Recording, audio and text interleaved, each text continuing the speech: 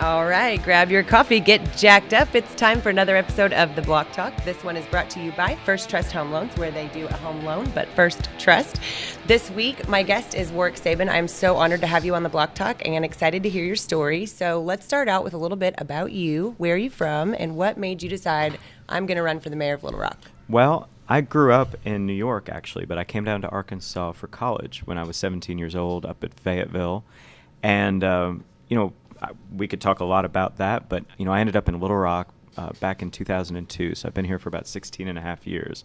And I've been, really involved in the community through volunteer efforts, obviously through my professional work. I ended up in the state legislature and currently serving my third term in the Arkansas House of Representatives. But I really see the city as the place with the most need, but also the most opportunity. I think everyone agrees we're at a pretty critical juncture here in Little Rock, and we could go in one direction or the other. And I think the feeling that everyone has and what I'm hearing on the streets is that everyone knows our city has so much potential. And we can look around the country and see cities that are really doing some very innovative and creative things to bring people to their cities, to grow their economies. Even in the state of Arkansas, there's now a very significant competition with Northwest Arkansas and the strides that they're making.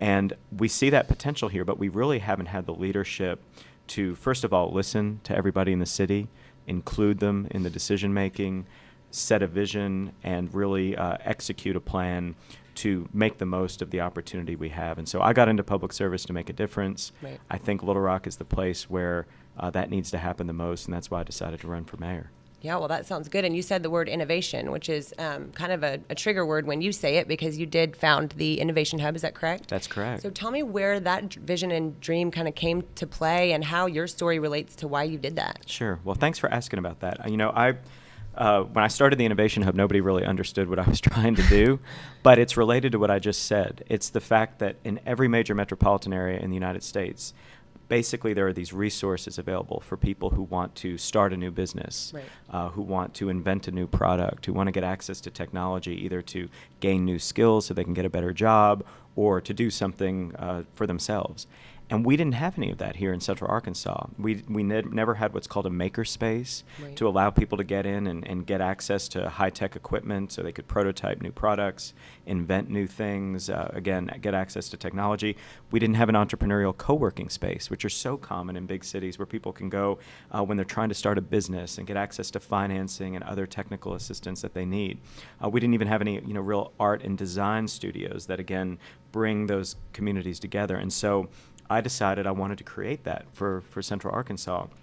And I built out the Innovation Hub. It's still the only facility in the country that has all three things I just described in one place, and that also offers all of that for both youth and adults, which I think is critical because our young people need exposure and access to all of that as much as our adults do.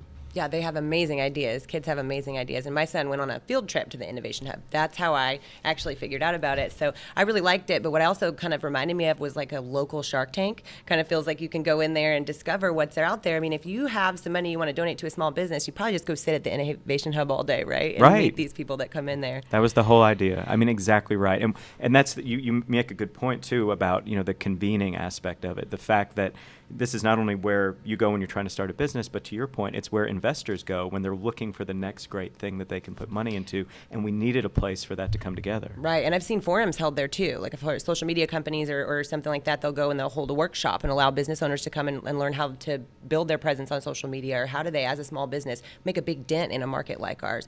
So we have the I-30 project, which is kind of like a big, huge subject that I know you're against it, right? Because the I-30 expansion is really something that we're thinking about gives our residents of Little Rock an easier way to get out of town, right? So they can kind of go to other areas of the city more with that, but that involves a lot of movement, a lot of real estate change, right? Well, I mean, so yes, and to be very, very clear, when this project was first sold to the voters, because it's the product of a tax that was voted on statewide, they were talking about replacing the bridge over the river, which is old, and really addressing the safety issues with the exits and the interchanges. Right. And I was actually for that. We definitely need to replace the bridge because it is, 60 years old, and we need to address safety issues.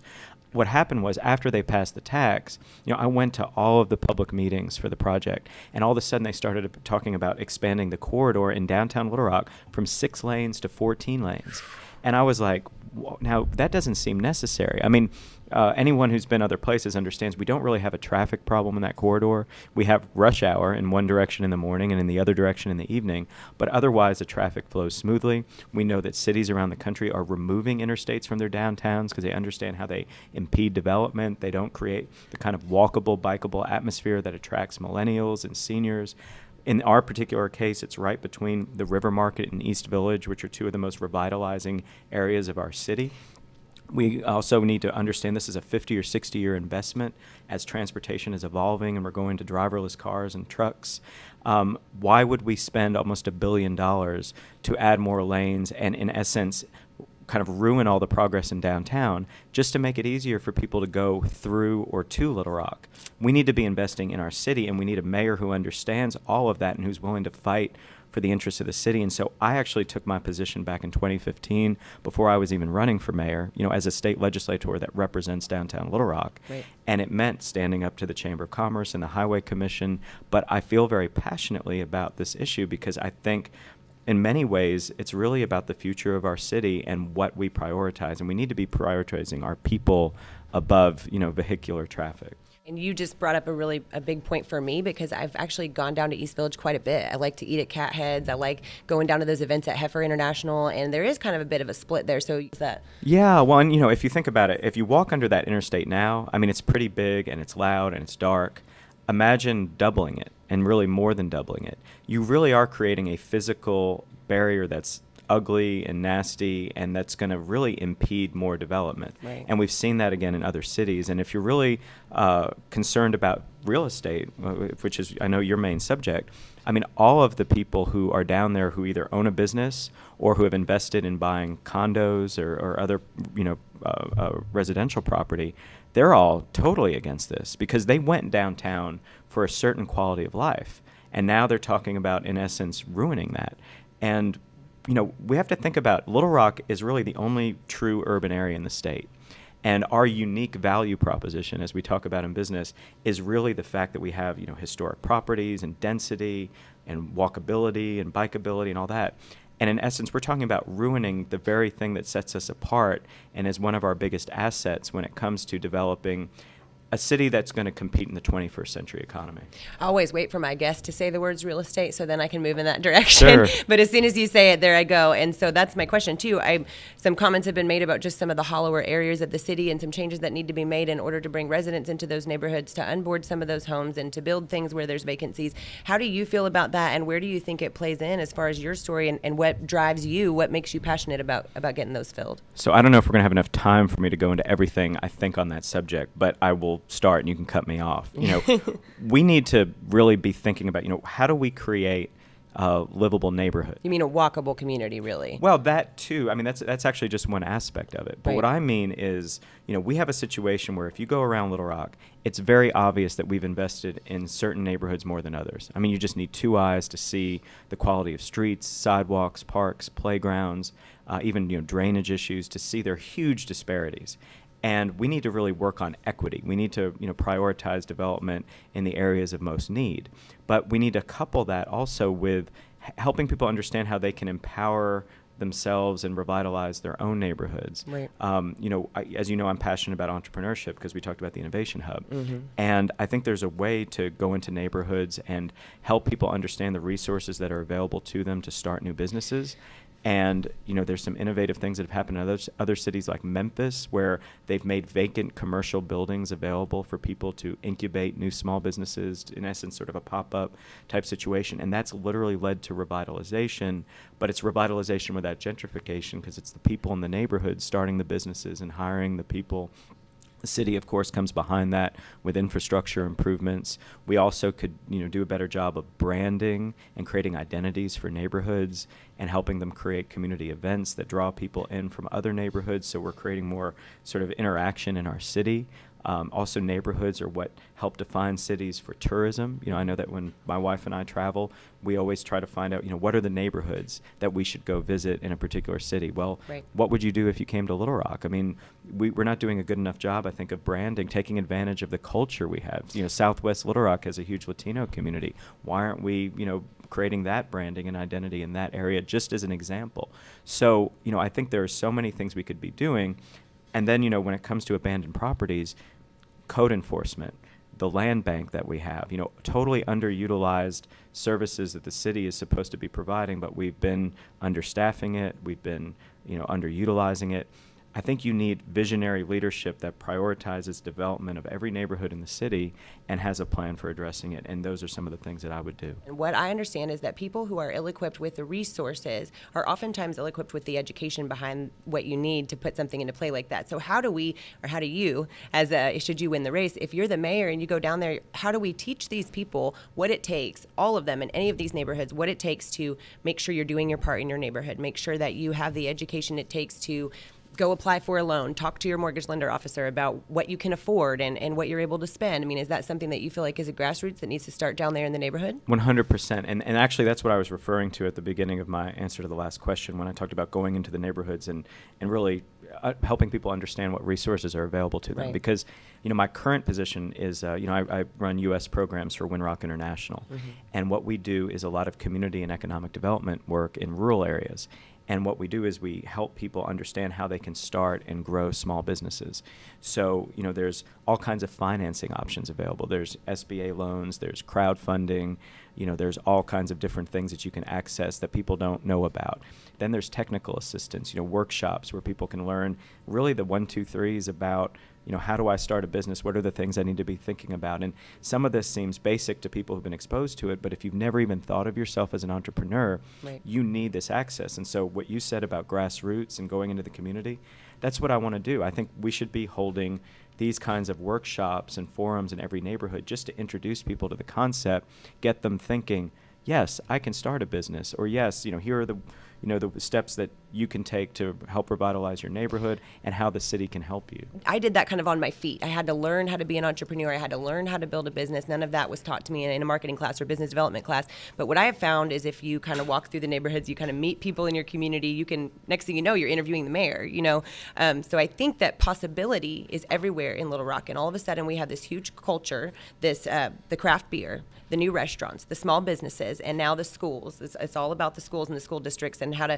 people are moving into certain areas to get into their school district. And that's their main thing that they want to know is, am I in the right school district? How does that play into the next mayor? And how does the innovation behind all this new community play into the school thing as well? Well, it's so critical. And this is something I talk about a lot. Number one, because obviously, this is about the future of our young people and the Right. opportunity that we're offering them. And so we have to make sure that we're giving them every chance to be successful. But on top of the fact, we all benefit from good schools because our economic development here in the city is really hurting because the schools are not equitable across the board. And if you look at, Little Rock right now, we've been flatlining in terms of population and economic growth for the last 2 or 3 decades. Yet there's been growth in all the cities and counties around us, which means that people are fleeing the city because of crime and because of the schools. And so what we've not had is the political leadership engaged on this issue. You've never seen a mayor or a city director really talk about it. They avoid the subject because it's difficult. They say the school district's administered separately. We don't have a role in that. But I take a different view. I say, show me a great American city where the political leadership isn't fully engaged in making sure you can deliver a quality public education to everyone in your city. And what frustrates me as a citizen is I know for a fact people move from one neighborhood to another in order to get their kids into the quote-unquote right school. Well, people search by school district on my website. That's all they want is I'm going to go in this school district because I want to take my kids to this school. Now, of course, there's complexity there that I can't really comment on in my, with my job. I can't talk about good school, bad school really, but they will search only by that district and make a decision to buy a house specifically because of what school. Well, everyone's going to do what they think is right for their kids, and that's the right thing to do. Like, you can't begrudge someone for wanting to do that. Right. And also, people are sending their kids to private school for that reason Right. or moving out of the city. point is, not everybody can do that. There's so many of our residents who don't have the economic mobility to be able to move to the right place for the right school or to send their kids to private school. And what are we doing for those kids? And so for me, there's just a simple goal we have to achieve, which is no matter where you live in the city of Little Rock, you know you can send your kids to a great school. And what we've never done, as long as I've lived here, is actually have a citywide effort or initiative to achieve that goal. We've had very piecemeal, ad hoc, reactive things like build a new school in one neighborhood or repair another school in another neighborhood, but that breeds resentment from the neighborhoods that aren't getting the new school or the repairs. And we need to bring everyone together, help everyone understand how we all benefit from great schools in the entire city, and what role we have to play in achieving that. And for people who think that's impossible to do, I say look at what they did in North Little Rock just a few years ago. They decided they wanted new schools in their city. They started by listening to everybody in every neighborhood. They took that feedback back and created a plan on that basis. They passed a millage. They built new schools. Everyone's so happy over there with the schools they have. They're beautiful facilities. They've kept people there. They've brought people to the city as a result. We can do that in Little Rock, but it does take the leadership to start that process and declare the goal and get it done, and that's what I want to do as mayor. So let's get personal then, because Okay. this sounds to me like you're passionate. You're very passionate about this. I know you and your wife have lived here, like you said, for 16 years. So what made you just say, politics is my thing, right? Because you were really young when you got in. Yeah, I mean, relatively speaking, I guess. I mean, I've always been interested in politics and public service, and before I was in elected office, as I mentioned at the beginning, I kind of just sort of took it upon myself to get involved in the things that I cared about. And, Right. I created the Arkansas Literary Festival and have been involved with a lot of the cultural institutions here. When I was running the Oxford American, I created South on Main Street and participated in the first pop-up in the Rock that happened there, which led to the restriping of Main Street into 3 lanes and bike lanes, and, just revitalized that neighborhood. There's so many things that I do just by nature to try to improve the place where I live. And it just so happened that the opportunity came up to run for the legislature. And I thought, this, seems like another great opportunity to be involved in the civic life of my state and my city and make things better. And I'm really proud of what I've been able to accomplish there. Yeah. And again, it's provided a good foundation for this run for mayor. Well, and you're everywhere. Like, I was trying to get an appointment with you, and I thought, I wonder, because he's everywhere. He's everywhere I look, there you are. And so you must have a very busy schedule. I know that you stay, it looks like, Yes. all the time on the campaign trail. Well, and I love it. I mean, here's the thing. I want people to see what kind of mayor I'm going to be. We need a mayor who's in every neighborhood, going to, neighborhood association meetings, community events, knocking on doors, and being seen, being accessible. I really get the feeling from everyone I talk to, whether they're a CEO or just, a normal citizen going by their day-to-day life, they all talk about how they don't feel like they have access to City Hall. They don't feel listened to. They don't feel like there's any effort for them to be included in any kind of decision-making or processes. And I want to open that up. Mm-hmm. And I think it takes being energetic, being engaging, and really coming to people and asking them, what kind of city do you want to have? Exactly. And how can you, that's the thing that makes people feel involved, I feel like, as far as if you are a citizen living in a town and someone comes to you and say, what do you think about this issue? You're more than likely going to give your opinion. But if they don't come to you and ask you what that issue is, how do we ever know what people are thinking or what their ideas are for the community? There might be a great one sitting out there we haven't found yet. There's no doubt. And actually, that's the thing that drives me crazy is we have so many talented, smart people in the city and so many great ideas. I'm just kidding. We do. No, but we really I mean, to do. think you never met me before today. Exactly. Just kidding. But that's a great point because I didn't, but now I have. And there's so many people like you all over our city who have great ideas, and we need to hear them, and we need to start to put that in motion. That's how our city is going to get better. Right. I mean, if you think about it, our human capital and our talent is our greatest asset. Yes. And we are definitely not making the most of it in Little Rock. So I feel like, we have this opportunity to finally realize our potential and be the city that everyone knows we can be. But it takes someone, again, who's going to listen to people and then also be able to put those ideas into action. And that's what I feel like I have a track record of doing. Great. Well, the reason and purpose for the podcast that I've started anyways, called The Block Talk, is to add value to our listeners. And so I felt like it would be a good idea to talk to each of the mayoral candidates, make sure that our listener base at least has an understanding for where they're going to vote. So I have a question for you. What about millennials millennials and the voting rate, and how do you think you can motivate them? Well, it's a great question. I mean, I feel like there are going to be more millennials voting in this election than previously, just based on the engagement I see and the interest that's going on. And, I think it helps, obviously, that we have, a couple of young people running to begin with in the race itself. But I also think that the issues we're talking about are particularly relevant. And so, again, I'm out talking to people in all parts of the city every day. And so, what I'm doing to get people to vote is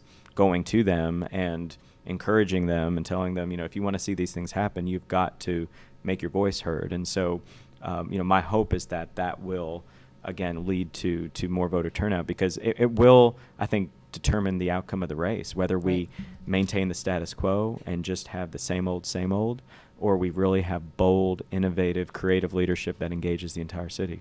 Well, I'm really excited to see what happens, and I can't thank you enough for your time today, for spending it with us here on the Block Talk, and we appreciate you. So good luck, and I'm sure we'll see you on voting day. So awesome. Thank you so much for having me. Thanks, Warwick. Signing off.